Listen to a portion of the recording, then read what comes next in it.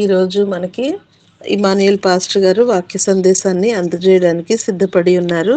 సమయాన్ని పాస్టర్ గారికి ఇద్దాము. పాస్టర్ గారు వందనాలండి. 6:10 వరకు మీకు సమయం ఉంటుంది. వాక్య సందేశాన్ని అందజేయవలసిందిగా ఆహ్వానము. దేవునామానికి మహిమ కలుగును గాక. చేరవచ్చిన దేవుని బిడ్డలైనటువంటి వారందరికీ మన ప్రభువు మన రక్షకుడైన యేసుక్రీస్తు వారి అమూల్యమైనటువంటి నామములో మీకందరికీ శుభాభివందనాలు తెలియజేస్తూ ఉన్నా. ఈ దినముకై ఏర్పాట్లు చేయబడిన లేఖన భాగముల నుండి దేవుని వాక్యాన్ని చదువుకొని ఇది నా వాక్య ధ్యానాన్ని మనం ధ్యానం చేసుకుందాం. మొదటి యోహాను పత్రిక, యోహాను రాసిన మొదటి పత్రిక 3వ అధ్యాయం 5వ వచనాన్ని చదువుకుందాం. పాపములను తీసివేయుటకై ఆయన ప్రత్యక్షమాయనని మీకు తెలియను. ఆయన యందు పాపమేమీ లేదు. దయాళుడైన తండ్రి, నీ పరిశుద్ధమైన పాదములకు స్తోత్రం. మహోన్నతుడవు, మహోపకారి, జీవాధిపతి, మీ అత్యున్నతమైన నామమునకై స్తోత్రములు చెల్లిస్తూ ఉన్నా. 2025వ సంవత్సరం జనవరి మాసం నుండి డిసెంబర్ మాసం ఆఖరి దినాలలో మమ్మల్ని అందరినీ ప్రభువా మీ బలిష్టమైన రెక్కల నీడలో మమ్మల్ని మీరు భద్రం చేసి కాచి కాపాడి మీ కృపతో మమ్మల్ని అందరినీ మీరు నింపుతూ ఉన్న దేవాని పాదములకు స్తోత్రం. రాత్రికాలపు వేళ మా దేహాలకు కాల్చిన నెమ్మదిని, శ్రాంతిని మీరు అనుగ్రహింపజేసి మమ్మల్ని చక్కగా నిద్రలో ఉంచి మీరు మేలుకొని మాకు మంచి నిద్రనిచ్చి అలా ఈ ప్రాతకాలపు వేళలో మీ పాదాలు పట్టుకోవటానికి మీరు ఇచ్చిన మంచి తరుణం కొరకై స్తోత్రములు చెల్లిస్తూ ఉన్నా. యేసు వైపు చూస్తున్న ఆధ్యాత్మికమైన కార్యక్రమం ద్వారా ప్రభువా ఇలాగూ కలుసుకొని పాటల ద్వారా వాక్యం చదువుటేందును, వాక్యం ధ్యానించటేందును మీరు ఇస్తున్నటువంటి మంచి ప్రోత్సాహం కొరకై స్తోత్రం. నడిపిస్తున్న నీ దీనదాసుని ఆరోగ్యం కొరకై ఉదయం ఆపరేషన్ ఉంది, జ్ఞాపకం చేశారు. మీరు జరిగిస్తున్న ప్రతి కార్యములో మీరే మీ అద్భుతాలు మీరు జరిగించండి. ఆశ్చర్యకారాలను మీరు జరిగించండి. నీ దాసుడికి మంచి కంటి చూపును దయచేయండి. ఆర్థికంగా, ఆత్మీయంగా, ఆరోగ్యంగా స్థిరపరిచి బలపరచండి. చేరవచ్చిన ప్రియులందరి కొరకై ప్రార్థిస్తూ ఉన్నా. మీరే సహాయం చేయండి. ఉదయకాలపు దీవెనలతో మమ్మల్ని అందరూ మీరు నింపుతూ మీరే బలపరుస్తూ గణపరుస్తూ యేసయ్య అతి ఉన్నతమైన నామములో అడిగి వేడుకుంటూ ప్రార్థిస్తూ ఉన్నాము తండ్రి, ఆమేన్. ప్రభునందు ప్రేమైన దైవ జనాంగమా, చేరవచ్చిన ప్రియులందరికీ మరొకసారి శుభాభివందనాలు తెలియజేస్తూ ఉన్నా. డిసెంబర్ మాసం, క్రిస్మస్ మాసం, క్రిస్మస్ శుభదినాలు సంతోషంగా, సమాధానంగా దేవుని సన్నిధిలో ఆనందంగా గడిపే శుభదినాలు. అలాగూ దేవుడు నడిపిస్తూ కాపాడుతూ దేవుని సన్నిధిలో గడిపే భాగ్యాన్ని దేవుడు మనందరికీ ఆయన అనుగ్రహింపజేశాడు. ఈ డిసెంబర్ మాసంలో మంచి మంచి ఆలోచనలు చాలా మనం ఆలోచన చేస్తూ ఉంటాం. ఈ క్రిస్మస్ మాసంలో చాలా సంతోషంగా మనం గడుపుతూ ఉంటాం. మాత్రమే కాదు, దేవుడు తన కృపగల పాద సన్నిధి అనుదినం అనుక్షణం మనందరికీ దేవుడు అనుగ్రహింపజేస్తూ ఉన్నాడు. అందును బట్టి దేవుణ్ణి మనసారా నోరారా స్తుతించాలి, ఆరాధించాలి, గణపరచాలి. ఇదిన ఒక ఏర్పాటు చేయబడిన లేఖన భాగంలో నుండి దేవుడు మనకిస్తున్నటువంటి సందేశం మనం ధ్యానిస్తూ ఉన్నాం. దానికంటే ముందుగా కొన్ని విషయాలు ఎవరెవరు దేవుని స్తుతించారో, దేవుని గణపరిచారో ఆ విషయాలను కూడా మనం జ్ఞాపకం చేస్తూ మన వాక్య భాగాలను మనం ధ్యానం చేద్దాం. క్రిస్మస్ అంటే స్తుతుల పండుగ. ఈ క్రిస్మస్ శుభదినాలలో మనం స్తుతిస్తూ ఉన్నాం. ఆనాడు ప్రభు అయిన యేసుక్రీస్తు వారు బాలుడిగా భూమి మీద జన్మించి, శిశువుగా జన్మించి ఈ లోకంలో ఆయన పుట్టినప్పుడు లేక వచ్చినప్పుడు ఆయన ఎవరెవరు స్తుతించారో క్లుప్తంగా కొన్ని మాటలు మనం ధ్యానం చేసుకుందాం. లూకాసు వార్త 1వ అధ్యాయం 46వ వచనంలో మరియమ్మ, తల్లి అయిన మరియమ్మ దేవుణ్ణి స్తుతిస్తూ ఉంది. తల్లి అయిన మరియమ్మ దేవుణ్ణి స్తుతిస్తూ ఉంది. ఎలా దేవుణ్ణి ఆమె స్తుతిస్తూ ఉందో చక్కటి మాటలు దేవాది దేవుడు అక్కడ బాగా జ్ఞాపకం చేశారు. పరిశుద్ధాత్మ దేవుడు 1వ అధ్యాయం 46వ వచనంలో, లూకాసు వార్త 1వ అధ్యాయం 46వ వచనంలో చక్కగా దేవుని నామాన్ని గణపరుస్తూ ఉంది. మరి ఇట్లనను, నా ప్రాణము ప్రభువును గణపరుచుచున్నది, నా ప్రాణము ప్రభువును గణపరుచుచూ ఉన్నది. ఎలా దేవుణ్ణి స్తుతిస్తూ ఉందో, ఎలా దేవుణ్ణి ఆరాధిస్తూ ఉందో ఆ మాటలు జ్ఞాపకం చేసుకుంటూ ఆయన తన దాసురాలి దీన స్థితిని కటాక్షించెను. నా ఆత్మ నా రక్షకుడైన దేవుని యందు ఆనందించెను. చాలా విషయాలు తల్లి అయిన మరియమ్మ జ్ఞాపకం చేస్తూ, దేవాతి దేవుడే సృష్టికర్త, పోషణకర్త, రక్షణకర్త,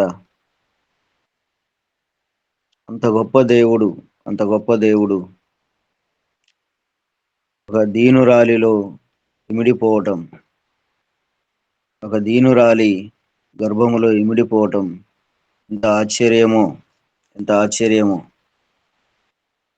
ఆ విషయాలు తల్లి అయిన మరియ జ్ఞాపకం చేస్తూ దేవాది దేవుణ్ణి స్తుతిస్తూ ఉంది. రెండవ మాటకు మనం ఆలోచన చేస్తే అదే లూకాసు వార్త 1వ అధ్యాయం 69వ వచనంలో యాజకుడైన జకరియా దేవాది దేవుణ్ణి ఆయన స్తుతిస్తూ ఉన్నాడు. 2వ అధ్యాయం 11వ వచనంలో పరలోకములో ఉన్న దూతలు దేవుని స్తుతించారు. అలాగే గొర్రెల కాపురులు దేవుని స్తుతించారు 2:20లో. సిమియోను దేవుని స్తుతించారు 2:30లో. 2:38లో ప్రవక్త అయిన అన్న దేవుణ్ణి స్తుతించింది. అలాగే తూర్పు దేశపు జ్ఞానులు దేవుని స్తుతించారు. ఇలాగూ ప్రభువైన యేసుక్రీస్తు వారు ఈ లోకానికి వచ్చినప్పుడు దేవాది దేవుని వారు చక్కగా దేవుని స్తుతించారు, దేవుని ఆరాధించారు, దేవుని మహిమపరిచారు. స్తుతి దేవునికి ఇష్టమైనటువంటిది స్తుతి. దేవుని నామాన్ని ఘనపరుస్తూ దేవుని నామాన్ని స్తుతించేటువంటి వారిని దేవుడు ఆశీర్వదిస్తాడు అని మనం చాలా విషయాలు, వాటిని గురించినటువంటి విషయాలు మనం ఎరిగినటువంటి వారమే. ఈ క్రిస్మస్ శుభదినాలలో ఆనాడు వారు ఏ విధంగా అయితే దేవుని స్తుతించారో, దేవుని ఆరాధించారో, దేవుని మహిమపరిచారో, అలాగూ దేవుణ్ణి మనం స్తుతించేవారిగా, దేవుణ్ణి ఆరాధించేవారిగా మనం ఉన్నప్పుడు వారిని గణపరిచినటువంటి దేవుడు, వారిని హెచ్చించినటువంటి దేవుడు మనలను కూడా దేవుడు హెచ్చిస్తాడు. దేవుడు మనలను దీవిస్తాడు. యోహాను సువార్త దేవుడు ఎందుకు వచ్చాడో, యేసు ప్రభు ఎందుకు వచ్చాడో మనం ఎరిగినటువంటి వారమే. మనము ప్రతి దినాలు లేఖనాలలో నుండి సత్యాలు ఎరిగినటువంటి వారమే. యోహాను సువార్తలో మనం గమనించినటువంటి మాట, వ్రాసినటువంటి మాట, లేక చదివినటువంటి మాట, ఎందుకు దేవుడు ఈ లోకానికి వచ్చాడు, రావాల్సినటువంటి అవసరం ఏముంది అని మనం గమనిస్తే బైబిల్ గ్రంథంలో మనకు అనేకమైనటువంటి వాటిని గురించినటువంటి సత్యాలు, ఎందుకు దేవుడు రావాలో, ఎందుకు వచ్చాడో, ఏం చేశాడో అన్నటువంటి విషయాలు మనకు పరిశుద్ధ బైబిల్ గ్రంథంలో మనకు తెలియబడుతూ ఉంది. 5వ అధ్యాయం 3వ అధ్యాయం 5వ వచనంలో మనం చదువుకున్నాం. దానికంటే ముందుగా 1 యోహాను పత్రిక అదే అధ్యాయంలో 1వ అధ్యాయం 2వ వచనంలో మనం చదివితే ఎందుకు దేవుడు ఈ లోకానికి రావాల్సి వచ్చింది అని మనం గమనిస్తే, ఆ జీవము ప్రత్యక్షమాయను. ఆ పై వచనం నుంచి మనం చదివితే, జీవవాక్యమును గురించినది ఆది నుండి ఏది ఉండినో మేమేది వింటిమో, కన్నులారా ఏది చూచితమో, ఏది నిదానించి కనుగొంటిమో, మా చేతులు దేనిని తాకి చూచెనో అది మీకు తెలియజేయుచున్నాము. ఆ జీవము ప్రత్యక్షమాయను. తండ్రి యొద్ద ఉండి మాకు ప్రత్యక్షమైన ఆ నిత్య జీవమును మేము చూచి ఆ జీవమును గురించి సాక్ష్యమిచ్చుచు దానిని మీకు తెలియపరచుచున్నాము. ఆమేన్. దేవునికి స్తోత్రం. ఇక్కడ భక్తులు, యోహాను భక్తుడు జ్ఞాపకం చేస్తూ ఉన్నటువంటి మాట, జీవవాక్యమును గూర్చినది ఆది నుండి ఏది మేమేది వింటిమో, కనులారా ఏది చూసితిమో, ఏది నిదానించి కనుగొంటిమో, మా చేతులు దేనిని తాకెనో అది మీకు తెలియజేయుచూ ఉన్నాము. ప్రభుతో గడిపినటువంటి క్షణాలు, ప్రభు మాట్లాడినటువంటి మాటలు, ప్రభువును కనులారా చూసినటువంటి వారు, ఆయన చేస్తున్నటువంటి అద్భుత కార్యాలు, ఆయన చేసినటువంటి ఆశ్చర్యకరమైనటువంటి కార్యాలు, ఆయన దగ్గర ఉండి, ఆయనతో ఉండి, ఆయన ప్రభువారు ఏదైతే చేస్తూ ఉన్నారో, ఏదైతే మాట్లాడుతూ ఉన్నారో ఆ అనుభవాలను భక్తుడు జ్ఞాపకం చేస్తూ ఉన్నాడు. అనుభవాలను దేవుని దగ్గరుండి ఆయన అనుభవాలను ఆయన జ్ఞాపకం చేస్తూ తెలియజేస్తూ ఉన్నటువంటి మాట. చాలా మంచి అనుభవంతో కూడినటువంటి మాటలు. ఏది నిదానించి కనుగొంటిమో, మా చేతులు దేనిని తాకి చూసెను అది మీకు తెలియజేయుచూ ఉన్నాము. ఆ జీవము ప్రత్యక్షమాయను. ఆ జీవము ఏమైంది అంటే లోకములో ప్రత్యక్షమైంది, భూమి మీద ప్రత్యక్షమైంది, మనుషుల మధ్య ప్రత్యక్షమైంది, మనుషుల దగ్గరికి అది వచ్చింది. దానిని భక్తుడు జ్ఞాపకం చేస్తూ ఉన్నాడు. మేము ఆ జీవవాక్యమును గురించి వినటమే కాదు, వారు చూశారు, తాకారు, దాన్ని కనుగొన్నారు. ఆ సంబంధం చాలా లోతైనటువంటి అనుభవాలను భక్తుడు అక్కడ జ్ఞాపకం చేస్తూ ఉన్నాడు. లేకపోతే మనకు అవసరమైనటువంటి మాట ఏంటంటే జీవము ప్రత్యక్షమైంది. అంతవరకు ఉన్నారన్న పేరు ఉంది కానీ ఆ పేరు మాత్రం అలాగే ఉంది కానీ అందులో జీవము లేదు, అందులో ప్రాణము లేదు కదండి, నిజమైనటువంటిది. అలాగే ఎప్పుడైతే దేవుడు జీవముతో ప్రత్యక్షమయ్యాడో ఆ జీవాన్ని దేవుడు మానవులకు అనుగ్రహింపజేశాడు. ఈ మాట మనం ఆలోచన చేస్తూ ఉన్నప్పుడు ఒక మాట మనకు జ్ఞాపకం రావాలి. లూకా సువార్తలోనే దేవాతి దేవుడు భూమి మీద జన్మించినప్పుడు గొర్రెల కాపురులకు ఆయన ప్రత్యక్షమై, గొర్రెల కాపురులకు దేవదూత ప్రత్యక్షమై వారికి తెలియజేస్తూ ఉన్నటువంటి సంగతులు దేవాతి దేవుడు చక్కగా వాటిని గురించినటువంటి జ్ఞాపకాలు వారికి జ్ఞాపకం చేస్తాడు. అది వాటిని కూడా మనం ఆలోచన చేస్తే ఆ లూకా సువార్త 2వ అధ్యాయంలో మనం చదువుతూ ఉన్నప్పుడు 20వ వచనంలో మనం చదివితే, అంతటా ఆ గొర్రెల కాపరులు తమతో చెప్పబడినట్లుగా తాము విన్న వాటిని, కన్న వాటిని అన్నిటినీ గూర్చి దేవుని మహిమపరచుచు స్తోత్రము చేయుచు తిరిగి వెళ్ళిరి. ఆమేన్. దేవునికి స్తోత్రం. ఇక్కడ చక్కటి అనుభవం. శిష్యులైనటువంటి వారు దేవునితో ఉన్నటువంటి సంబంధాన్ని యోహాను భక్తుడు జ్ఞాపకం చేస్తూ ఉన్నాడు. ఆ మాటను మనం జ్ఞాపకం చేస్తూ దేవదూత గొర్రెల కాపరులకు జ్ఞాపకం చేసింది. పలాని పట్టణములో ప్రభువైన యేసుక్రీస్తు వారు మీ కొరకు పుట్టి ఉన్నాడు, ఆయన దగ్గరికి వెళ్ళండి అని వారికి చెప్పినట్లుగానే వారు వెళ్ళారు. దేవుని స్తుతించారు, దేవుని ఆరాధించారు, దేవుని గణపరిచారు, దేవుని చూశారు. వారి ఆనందం అవధులు లేకుండా పోయింది. ఆ 18, 19, 20 వచనాలలో మనం చదువుతూ ఉన్నటువంటి మాటను మనం గమనిస్తే, గొర్రెల కాపరులు తమతో చెప్పిన సంగతులను గురించి విన్న వారందరూ మిక్కిలి ఆశ్చర్యపడ్డారు. అయితే మరియు ఆ మాటలన్నీ తన హృదయంలో తలపోసుకొనొచ్చు భద్రం చేసుకొనెను. ఆమేన్.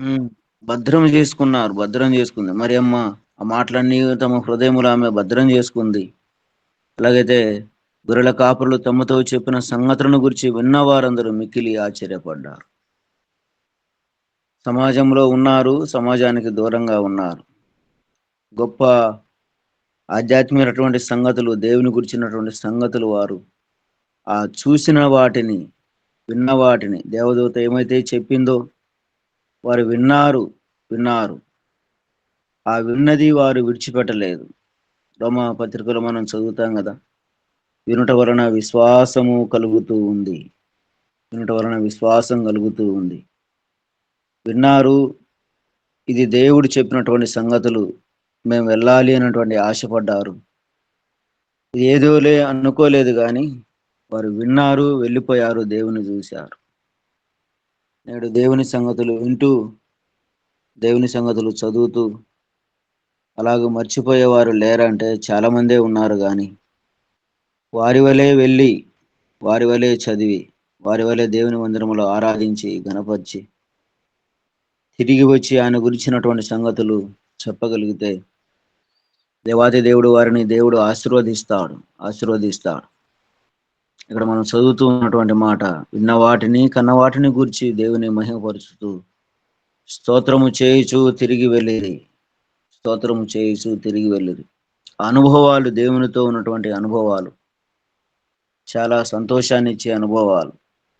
ఆ క్షణాలు మధురమైనటువంటి క్షణాలండి. దేవునితో సంబంధము కలిగి, దేవుణ్ణి ఆరాధించి ఘనపరిచి, దేవుని సన్నిధిలో కూర్చొని మోకరిల్లి హృదయపూర్వకంగా, మనస్ఫూర్తిగా చేతులు జోడించి ప్రభుతో గడిపే క్షణాలు ఎంత సంతోషాన్ని ఇస్తాయో, ఎంత ఆనందాన్ని ఇస్తాయో. ప్రభుతో గడిపేటటువంటి ఆ అనుభూతి ఎంత మధురానుభూతిగా కనబడుతూ ఉందో. అనుభవించినటువంటి వారికే అది దొరుకుతూ ఉంది. అనుభవించకపోతే ఆ సంతోషం, అనుభూతి దొరకదు. వారు దేవుని మనసారా కొనియాడారు. దేవుని మనసారా నిండుగా, మనస్ఫూర్తిగా దేవుని ఆరాధించగలిగారు, హృదయంలో చేర్చుకోగలిగారు. దేవుని అలాగూ ఆరాధించగలిగితే, మహిమపరచగలిగితే ఆ హృదయపూర్వకమైనటువంటి స్థుతి మన నోటి నుంచి వస్తూ ఉంది. హృదయం నిండిన దానిని బట్టి దేవుని గణపరిచే భాగ్యం దేవుడు మనకు ఆయన అనుగ్రహింపజేస్తాడు. యోహాను భక్తుడు అనుభవాన్ని జ్ఞాపకం చేస్తూ ఉన్నాడు. ఆ జీవం ప్రత్యక్షమైంది. ఆ జీవం ఆగిపోయేది కాదు, అది నిత్యము జీవింపజేసేది.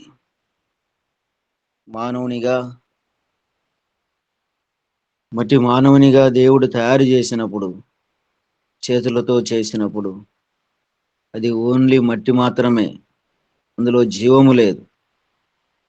అన్నిటిని దేవుడు తయారు చేశాడు. ఎక్కడెక్కడ ఏ అవయవం పెట్టాడో, ఏవే ఉంచాలో దేవుడు ఎరిగినటువంటి వాడు. అన్నిటినీ తయారు చేశాడు. కానీ అందులో జీవము లేదు, అందులో ప్రాణం లేదు, అందులో ఊపిరి లేదు. అలాగే పడి ఉంది, చలనం లేకుండా, జీవం లేకుండా పడి ఉంది. ఎప్పుడైతే దేవాతి దేవుడు, తండ్రి అయిన దేవుడు జీవాత్మను నాసికరంధ్రములో వదగా నరుడు జీవాత్మగా తయారయ్యాడు.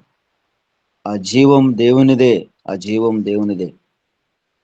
భక్తుడు చక్కటి మాటను ఆయన జ్ఞాపకం చేస్తూ ఆ జీవం ప్రత్యక్షం అయింది. నిజమే, ఆయనే ప్రత్యక్షం కాకపోతే, ఆయనే లోకంలోనికి రాకపోతే, ఆయనే భూమిదికి రాకపోతే మానవుని పరిస్థితి ఎంత భయంకరంగా ఉండేదో, ఎంత భయంకరంగా కనిపించేదో. నేడు ఆయన వచ్చినప్పటికీ కూడా చాలా మంది మానవ జీవితాలు, బ్రతుకులు ఇష్టానుసారంగా బ్రతుకుతూ, ఇష్టానుసారంగా జీవిస్తూ, ఇష్టానుసారంగా ఇదే సంతోషం, ఇదే సమాధానం, ఇదే నాకుంది అంటూ బ్రతికేవారు చాలా మందే కనపడతారు. దేవుడు మానవులకు ఆధ్యాత్మికమైనటువంటి జీవితాన్ని ఇవ్వటానికి, జీవితాన్ని ఇవ్వటానికి ఈ లోకానికి ఆయన ప్రత్యక్షమయ్యాడు. రెండవ మాటగా మనం చదివినటువంటి మాటే యోహాను సువార్త 3వ అధ్యాయం, మొదటి యోహాను పత్రిక 3వ అధ్యాయం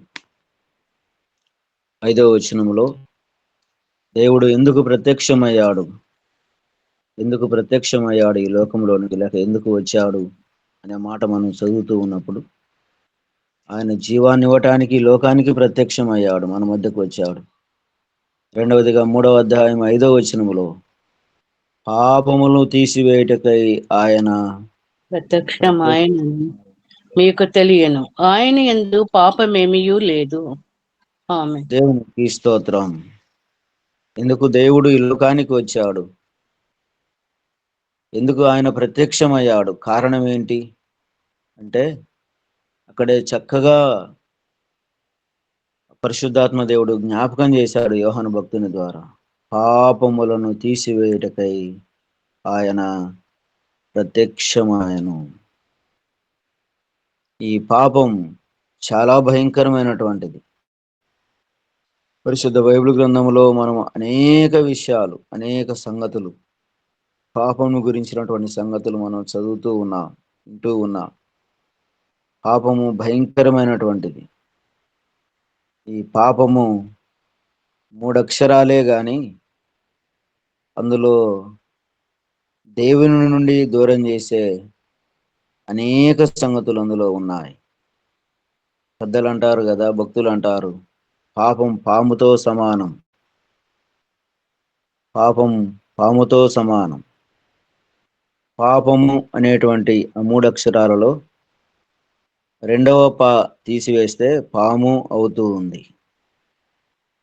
పాపం ఎంత భయంకరమైందో, పాము గొడక విషముతో సమానం. అలాగైతే పాపములు తీసివేయటానికి దేవుడు ప్రత్యక్షమయ్యాడు. ఈ పాపమును గురించి మనం చాలా విషయాలు మనం ధ్యానం చేయవచ్చు, ఆలోచన చేయవచ్చు. ఈ పాపమును గురించినటువంటి సంగతులు మనం ఎరిగినటువంటి వారమే. ఒక మాట మీకు నేను జ్ఞాపకం చేసి ముందుకు సాగిపోతాను.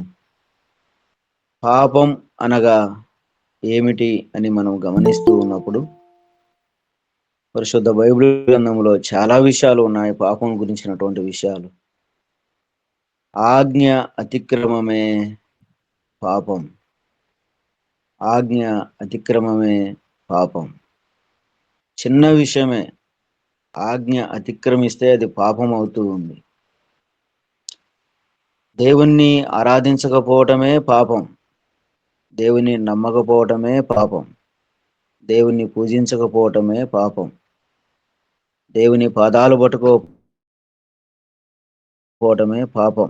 ఇంకా మరి ఏదేదో అనుకోవటానికి వీల్లేదు. కానీ దేవుడు చెప్పిన విషయాలను, దేవుడు చెప్పింది చెయ్యకపోతే అది పాపమే. దేవుడు ఏదైతే చెప్పాడో దాన్ని చక్కగా నెరవేర్చాలి, జ్ఞాపకం చేసుకోవాలి. ఆ చెప్పిన సంగతులను మనం వినాలి, దాన్ని మనం చేయాలి.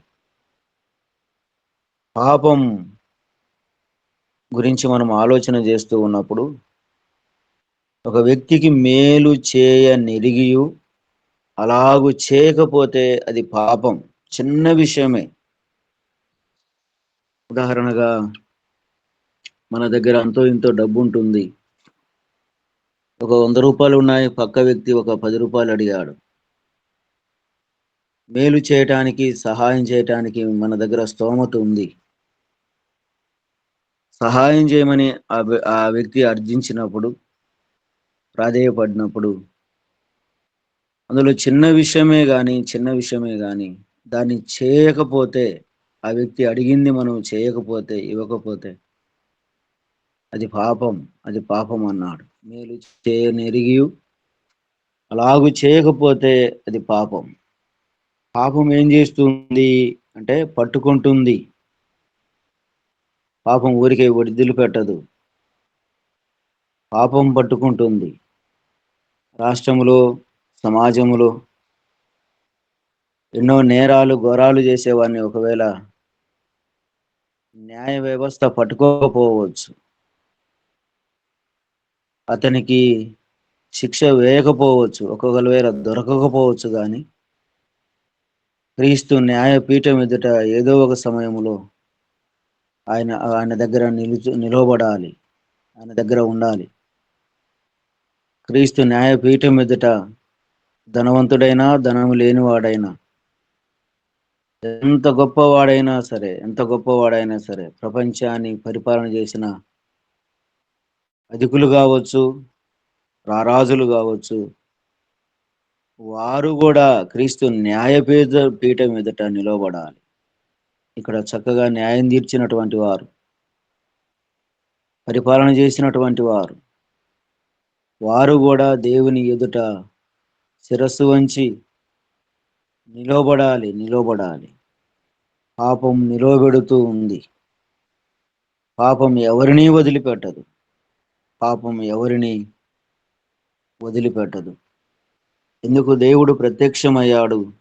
ఎందుకు దేవుడు రావలసిన అవసరం ఏముంది అంటే, పాపములు తీసివేయటకై ఆయన ప్రత్యక్షమయ్యాడు.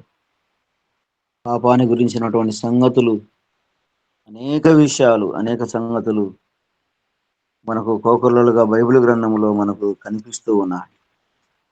ఈ పాపం మానవుణ్ణి ఏం చేసిందంటే దూరం చేసింది. దేవునితో సంబంధం, దేవునితో అనుబంధం, దేవునితో ఉన్నటువంటి ఆ సంబంధాన్ని దూరం చేసింది పాపం. అంతవరకు దేవునితో ఉన్నాడు, దేవునితో మాట్లాడేవాడు చల్లపూట ఆదాం. పాపం ఏం చేసిందంటే దూరం చేసింది.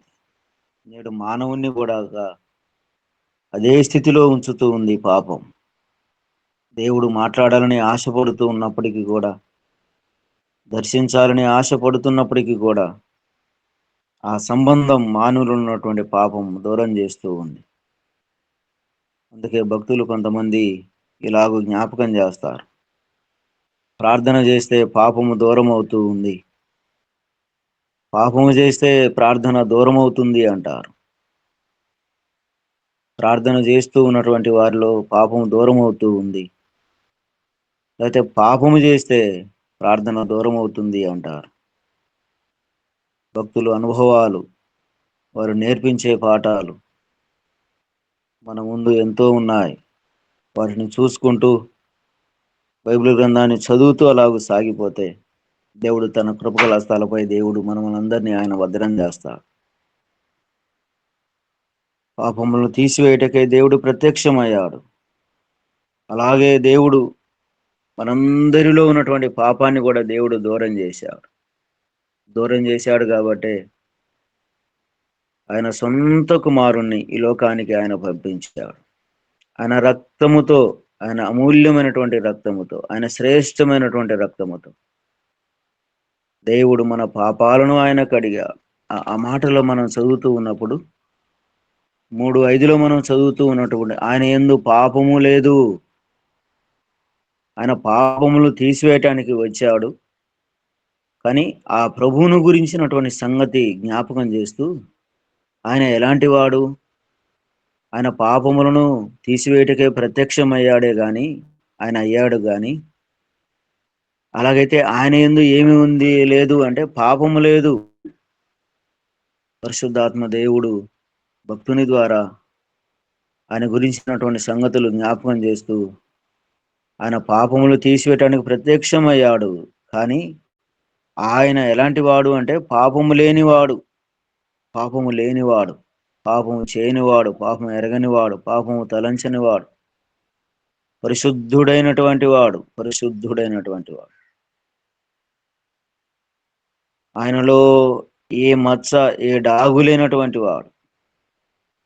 అందుకే 1 పేతురు పత్రిక 1వ అధ్యాయం 14-16 వచనాలలో చక్కటి మాట, నేను పరిశుద్ధుడను గనుక మీరును పరిశుద్ధులై ఉండుడి అంటూ ఆయన జ్ఞాపకం చేస్తూ, మీ సమస్త ప్రవర్తన యందు మీరు పరిశుద్ధులై ఉండుడి, మీ సమస్త ప్రవర్తన యందు మీరు పరిశుద్ధులై ఉండుడి అనే మాట మనం జ్ఞాపకం చేస్తూ ఉంటాం, చదువుతూ ఉంటాం. మొదటి జీవాన్ని ఇవ్వటానికి ప్రత్యక్షమయ్యాడు. రెండవ మాట, పాపములను తీసివేయటకై ఆయన ప్రత్యక్షమయ్యాడు. ఆ పాపం నీలో నాలో నుండి దేవుడు దూరం చేశాడు.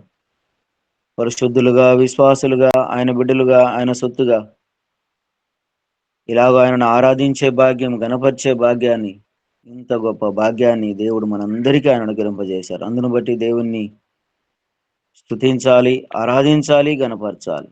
అదే అధ్యాయం 3వ అధ్యాయం 8వ వచనంలో కూడా మనం చదివితే, 1 యోహాను పత్రిక 3వ అధ్యాయం 8వ వచనంలో కూడా మనం చదివితే అక్కడ కూడా ఒక చక్కటి మాట, అపవాది మొదటి నుండి పాపం చేయుచున్నాడు గనుక పాపం చేయువాడు అపవాది సంబంధి. అపవాది యొక్క క్రియలను బయలుపరచుటకే దేవుని కుమారుడు ప్రత్యక్షమాయను. ఆమేన్. అపవాది క్రియలు లయపరచుటకే దేవుడి కుమారుడు ప్రత్యక్షమయ్యాడు. ఎందుకు దేవుడు ఈ లోకానికి ప్రత్యక్షమయ్యాడు, ఎందుకు వచ్చాడు అంటే అపవాది క్రియలు లయపరచటానికే. అపవాది సాతానుగాడు విరవీగిపోతూ ఉన్నాడు. అపవాది సాతానుగాడు విరవీగిపోతూ ఉన్నాడు. ప్రతి మానవుణ్ణి పట్టుకున్నాడు. వాడి ఆలోచన, వాడి తలంపులు, వాడి అలవాట్లు మానవులో పెట్టాడు. మంచి ఉంది, చెడు ఉంది, కానీ చెడుకే మానవుడు దగ్గరవుతూ ఉన్నాడు. అలాగైతే దేవుడు ఎందుకు ప్రత్యక్షమయ్యాడు అంటే అపవాది క్రియలు లయము చేయటానికే,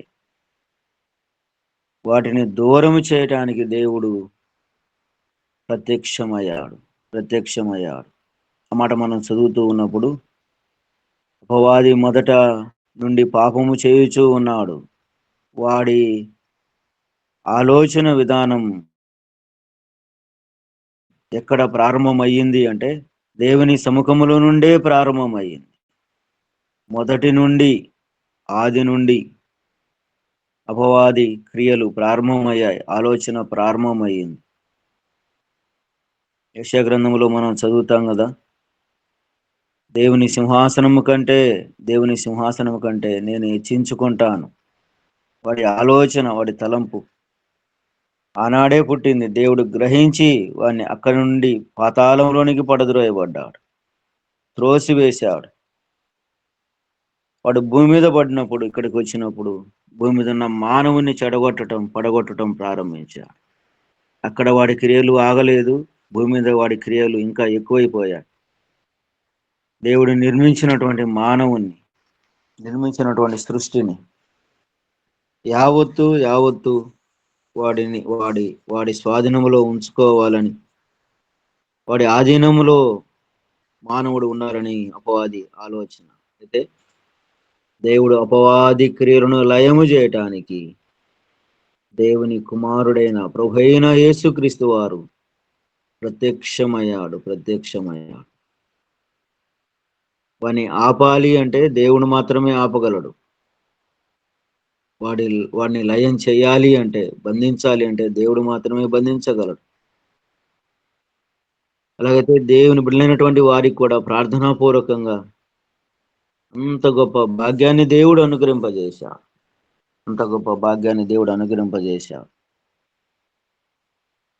4వ మాటగా మనం గమనిస్తే, 4వ అధ్యాయం మొదటి యోహాను పత్రిక 4వ అధ్యాయం 4వ వచనం, 9వ వచనాన్ని మనం చదివితే అందులో కూడా ఒక చక్కటి మాట మనం చదువుకుంటూ ఉంటాం. 9వ మనము వచనం. మనము ఆయన ద్వారా జీవించినట్లు దేవుడు తన అద్వితీయ కుమారుని లోకములోనికి పంపెను. దీని వలన దేవుడు మన అందించిన ప్రేమ ప్రత్యక్షపరచబడెను. ఆమేన్. దేవునికి స్తోత్రం. దేవుని ప్రేమ ప్రత్యక్షమైంది. దేవుడు ప్రేమ కలిగినటువంటి వాడు, దయగలిగినటువంటి వాడు. ఆయన ప్రేమ ఎంత అపారమైంది, ఆయన ప్రేమ ఎంత ఎంత అసలు మన నోటి నుంచి మనం వివరించగలమా? ఆయన ప్రేమ ప్రేమ ప్రేమ అని అంటూ ఉంటాం కానీ ఆయన ప్రేమ ఎంత అపారమైందో దాన్ని వర్ణించలేము, వివరించలేము. అందుకే భక్తుడు ఒక మాట, చక్కని మాట జ్ఞాపకం చేస్తాడు కదా. యోహాను సువార్త 3వ అధ్యాయం 16వ వచనములో ఒక చక్కటి మాట మనకు కనపడుతుంది కదా. దేవుడు లోకమును ఎంతో ప్రేమించెను, కాగా తన ప్రపంచం అద్వితీయ కుమారునిగా పుట్టిన వానియందు విశ్వాసముంచు ప్రతివాడును నశింపక నిత్య జీవము పొందినట్టు ఆయనను అనుగ్రహించెను. ఆమేన్. దేవుడు అనుగ్రహింపజేశాడు. ఎందుకు అంటే దేవుడు లోకాన్ని ప్రేమించాడు, లోకంలో ఉన్న మానవులను దేవుడు ప్రేమించాడు కాబట్టే తన అద్వితీయ కుమారుణ్ణి ఆయన లోకములోనికి పంపించాడు. ఆయన ప్రత్యక్షమయ్యాడు. ఇక్కడ ఒక చక్కటి మాటను మనం గమనిస్తూ ఉన్నప్పుడు ఆ 17వ వచనం లేక 18వ వచనంలో మనం చదువుతూ ఉన్నప్పుడు ఒక చక్కటి మాట, లోకము తన కుమారుని ద్వారా రక్షణ పొందుటకే గాని లోకమునకు తీర్పు తీర్చుటకు దేవుడు ఆయనను లోకములోనికి పంపలేదు అనే మాట గమనిస్తూ ఉన్నాం. ఆయన ఎందుకు ప్రత్యక్షమయ్యాడు, ఎందుకు ఆయన రావలసి వచ్చింది అనే మాట మనం గమనిస్తూ ఉన్నప్పుడు, అద్వితీయ కుమారునిగా పుట్టిన వానిని విశ్వాసం ఉంచు ప్రతివాడు నశింపక నిత్య జీవము పొందునట్లు ఆయన ఎవరైతే నమ్ముతారో, ఎవరైతే విశ్వసిస్తారో, ఎవరైతే ఆయన దగ్గరకు వచ్చి ఆయన పాపాలు ఒప్పుకుంటారో, తన పాపాలు ఒప్పుకుంటారో, ఆ పాపాలు యేసు ప్రభు రక్తము చేత ఆయన కడిగి శుద్ధి చేస్తాడు, శుభ్రంగా కడుగుతాడు. దేవుని బిడ్డగా, దేవుని సొత్తుగా దేవుడు అలాగూ పాపములో ఉన్న మానవుణ్ణి అలాగూ పరిశుద్ధపరుస్తాడు. ప్రేమను ప్రత్యక్షపరచటానికి దేవుడు ఈ లోకానికి వచ్చాడు. ఆ 10వ వచనంలో కూడా మనం చదివితే మొదటి యోహాను పత్రిక 4వ అధ్యాయం 10వ వచనంలో, మనము దేవుని ప్రేమించితిమని కాదు, తానే మనలను ప్రేమించి మన పాపములను ప్రాయశ్చిత్తమై యుండుటకు తన కుమారుని పంపెను. ఆమేన్. దేవునికి స్తోత్రం. చక్కటి మాట ఇందులో మనకు కనపడుతుందండి. చక్కటి మాట. ఎందుకు దేవుడు మనలను ప్రేమించాడు? మనము ప్రేమిస్తూ ఉన్నామనా? కదండి. 10వ వచనంలో మనము దేవుని ప్రేమించితిమని కాదు, తానే మనను ప్రేమించి మన పాపములకు ప్రాయశ్చిత్తము ఉండుటకు తన కుమారుణ్ణి ఆయన పంపెను. ఎంత ప్రేమామయుడు దేవుడు! తన సొంత కుమారుణ్ణి మన నిమిత్తం ఆయన బలి చేయటానికి ఇష్టపడ్డాడు, శిక్షించటానికి ఆయన ఇష్టపడ్డాడు. మన నిమిత్తమే. ఇందులో చాలా భావముతో కూడినటువంటి మాటలు మనకు చాలా కనబడతాయి. మనము దేవుని ప్రేమించితిమని కాదు, దేవుడే మనల్ని ప్రేమించాడు.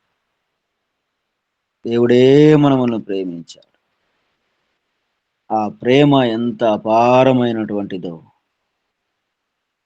ఆ ప్రేమ వర్ణించలేం, వివరించలేం. అపారమైనటువంటి ఆ ప్రేమ మానవ స్వరూపిగా, మనుష్య కుమారునిగా ఈ లోకములోనికి వచ్చి ఈ లోకములో మనకు జీవాన్ని ఇవ్వటానికి, పాపాన్ని తీసివేయటానికి అపవాది క్రియలు లయము చేయటానికి ఆ ప్రేమా స్వరూపిగా, నిలువెత్తు ప్రేమా స్వరూపిగా మన మధ్య ఆయన ప్రత్యక్షమాయను. ఆ ప్రేమను చూస్తూ, ప్రత్యక్షమైనటువంటి దేవుని ఆ ప్రేమను చూస్తూ, ఆ నిలువెత్తు నిదర్శనాన్ని మనము చూస్తూ, ఆ ప్రేమను వర్ణిస్తూ, ఆయన చేసిన కార్యాలను వివరించుకుంటూ, ఆయన పాదాలు పట్టుకోగలిగితే, ఆయన పాదాలను మనం ఆశ్రయించగలిగితే, ఆయన పాదాల చెంత చేరి ప్రార్థిస్తూ ఉన్నప్పుడు దేవాది దేవుడు మనల్ని దీవిస్తాడు, ఆశీర్వదిస్తూ ఉన్నాడు. ప్రభు అంటాడు కదా, నన్ను గనపరచు వారిని నేను గనపరుస్తాను. ప్రభువును ఎవరైతే హృదయపూర్వకంగా ఘనపరుస్తారో ఆయనను ఆనుకొని బ్రతుకుతారో దేవుడు మనములను కూడా అలాగు జీవింపజేస్తాడు. ఆఖరిగా ఒక్క మాట చదువుకొని ముగించుకుందామని తీతు పత్రిక 2వ అధ్యాయం, తీతు పత్రికలో నుండి 2వ అధ్యాయం 11వ వచనాన్ని చదువుకొని ప్రార్థన చేసుకుందాం. పెద్దలకు సమయాన్ని అప్పగిద్దాం. తీతు పత్రిక 2వ అధ్యాయం 11వ వచనం.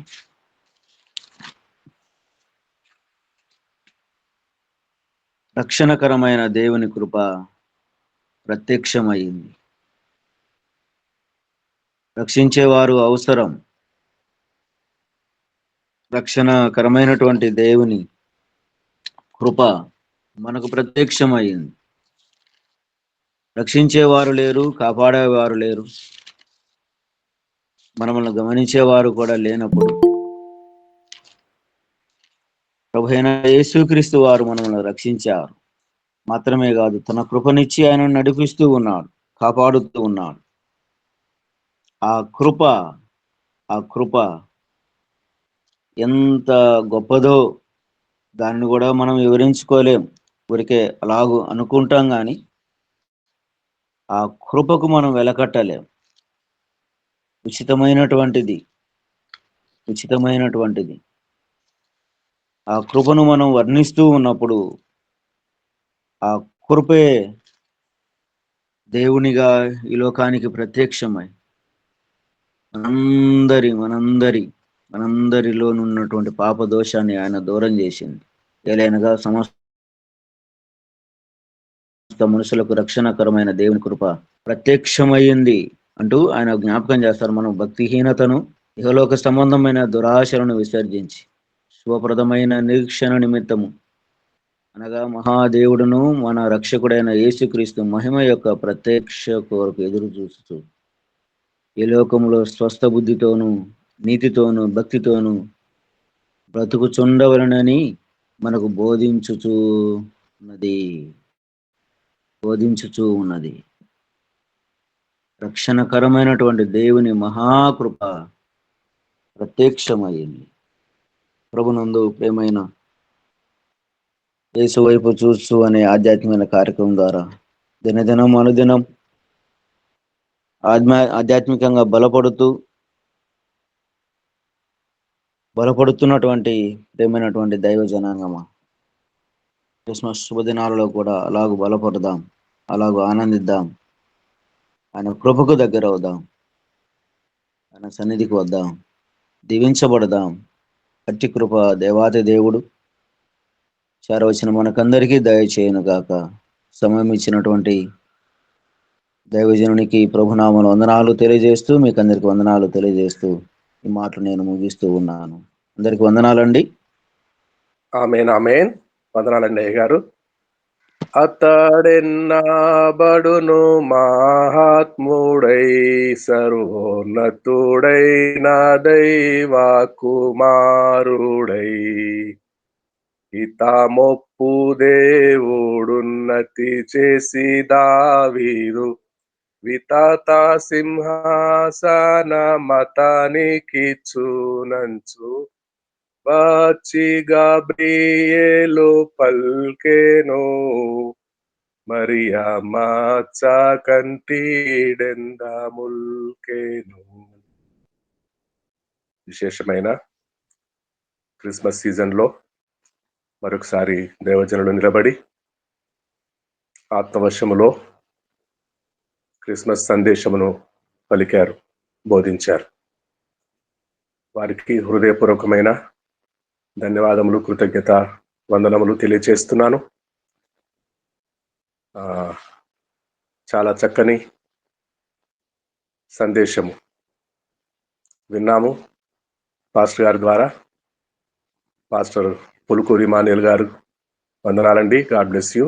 మిమ్మను మీ సేవా పరిచర్యను బహుగా విస్తరించి అభివృద్ధి పొందించును గాక. ఆమేన్ ఆమేన్. వందనాలండి. వందనాలండి. నాగలింగేష్ గారు చిన్న ప్రార్థన చేయగలరా? గారు చేస్తాను. రండి నాగలింగేష్ గారు, చిన్న ప్రార్థన చేయండి. పరిశుద్ధ ప్రేమ దయగల తండ్రి, నాయన మీ నామమునకు వందనాలు. ఈ ఉదయకాల సమయాన్ని ప్రార్థించడానికి మీరు మాకు ఇచ్చిన సహాయాన్ని బట్టి కృతజ్ఞతలయ్యా. నాయన మరి వాక్య పరిచర్యలో వాడుకొనబడినటువంటి మీ దాసుడు పుల్కూరు ఇమానియేల్ గారిని బట్టి వందనాలు చెల్లిస్తున్నాం. నాయన అయ్య గారిని చక్కగా వాడుకొని మరింతగా మేము యందు స్థిరపరచబడటకును, నాయన మిమ్మల్ని కూర్చున్న జ్ఞానం తెలుసుకుంటకును మీరు ఇచ్చిన సహాయం అంతటిని బట్టి కృతజ్ఞతలు చెల్లిస్తున్నాను. అయ్యగారిని మరింతగా మీరు దీవించండి. మరింతగా మీరు ఇంతకంటేను మరింత బలంగా అనేకుల మధ్యన ఇళ్ళ మధ్యను వాడుకోమని మీ కృపలను బట్టి వేడుకుంటున్నాను. ఈ అవకాశాన్ని ఇచ్చుటలో నాయన మరి సహకరిస్తున్నటువంటి అయ్యగారిని బట్టి, ధనరాజ్ పాస్టర్ అయ్యగారిని బట్టి వందనాలు. మరింతగా ఆయన ఆరోగ్యంను మీరు కుదురుపరచమని మీ కృపలను బట్టి వేడుకుంటున్నాను. ఇలాగ నా తండ్రి, నాయన గ్రూప్లో ఉన్నటువంటి ప్రతి ఒక్కరిని మీరు జ్ఞాపకం చేసుకోనండి. వారి అక్కర్లేవో మాకు తెలియదు, కానీ ప్రతి అక్కర్ను మీరు ఎరిగినటువంటి తండ్రివి. ప్రతి అక్కర్ను తీర్చి ప్రతి కుటుంబమును దీవించి ఆశీర్వదించమని, మీ మెనైన సంతోషమును వర్ధిల్లింపజేయమని, అలాగే నా తండ్రి మరి కూడి ఉన్నటువంటి ప్రతి ఒక్కరి సంఘంలలోనూ జరుగుతున్నటువంటి మీ పుట్టినరోజు కార్యక్రమాన్ని సంతరించుకొని ఏర్పాటు చేయబడుతున్నటువంటి ప్రార్థన కూడికలన్నింటినీ ఘనంగా జరిపి ఆనందింపజేయమని, తద్వారా అన్యులు సైతం మారుమనసు పొందినట్లు సహాయం ఇచ్చి తృప్తిపరచమని, ఇలా సమస్తను మీ చేతులకు అప్పచెప్పుకుంటూ రెండవ ఆరాధన కూడికను అనగా హిందీ సెషన్ కూడా మీరు ఘనంగా జరిపి ఆనందింపజేయమని, మహిమ మీరు పొందుకోనమని యేసుక్రీస్తు పరిశుద్ధనామమున అడిగి పొందుకున్నాం మా తండ్రి. ఆమేన్. ఆమేన్ ఆమేన్. ముఖ్యంగా గమనించండి, మన మధ్యలో బుధవారము క్రమం తప్పకుండా వచ్చుచున్న జయపాశ్రమ గారికి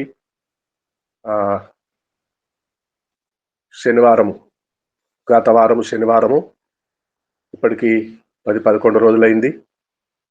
రాత్రి ప్రార్థన ముగించుకొని మోటార్ సైకిల్ మీద, స్కూటీ మీద ఇంటికి వచ్చేటప్పుడు స్పీడ్ బ్రేకర్ కొత్తగా కట్టారు, వైట్ గీతలు కూడా లేవు, చీకటి. స్పీడ్ బ్రేకర్ మీద ముగ్గురు ప్రయాణం చేస్తుండగా యాక్సిడెంట్ గురయ్యారు. కాలు ఫ్రాక్చర్ అయింది. జయమ్మ గారి కొరకు మీరందరూ ప్రార్థన చేస్తారని, అలాగే గ్రేస్ మనోరంజనమ్మ గారికి ఈ దినముల్లో చలి తీవ్రత ఎక్కువగా ఉన్నది. వారు వృద్ధాప్యంలో ఉన్నారు, దగ్గుతూ ఉన్నారు, ఆయాసపడుతున్నారు. వారికి కూడా మంచి ఆరోగ్యం కలుగునట్లు మీరందరూ ప్రార్థనలో ఎత్తి పట్టుకుంటారని, అలాగే సుదర్శన్ గారు తల్లి గారు నాకు వలనే వృద్ధాప్యంలో ఐ ఆసుపత్రి తిరుపతికి వెళ్ళి వచ్చారు. ఇంకా వెళ్ళవలసి ఉంది. సంపూర్ణముగా చూపు పొందుకొని అమ్మగారు ఆరోగ్యవంతురాలై తిరిగి వచ్చే విధంగా సుదర్శన్ గారి తల్లి గారి కొరకు ప్రార్థన చేస్తారని, మనలో బలహీనంగా ఉన్నవారు, ఆరోగ్య సమస్యలతో బాధపడుతున్నవారు అందరి కొరకు ప్రార్థన చేస్తారని పిలుపునిస్తున్నాను. ఇప్పుడు ప్రభు నేర్పిన ప్రార్థన, ప్రభు వలన పొందిన ప్రార్థన చెప్పుకుందామండి. పరలోకమందున్న మా తండ్రి, మీ నామం పరిశుద్ధపరచబడును గాక. మీ రాజ్యం వచ్చును గాక. మీ చిత్తం ప్రతిష్ఠించు అలాగే భూమి మీద నెరవేరుతుంది. మా అనుదిన ఆహారమైన మాకు దయచేయము.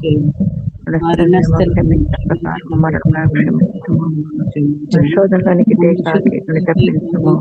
ఎందుకంటే రాజ్యము బలము మహిమ నిరంతరము నీవన్న మా తండ్రి. ఆమేన్. నిరంతరం ఉన్నారు తండ్రి. ఆమేన్. ఆమేన్. ఆమేన్. ఆమేన్. మన మధ్యలో మార్కాపురం నుండి పులుకూరి మానేలు గారు దైవజనులు ఉన్నారు. వారు ఆశీర్వాదం విడుదల చేస్తారు.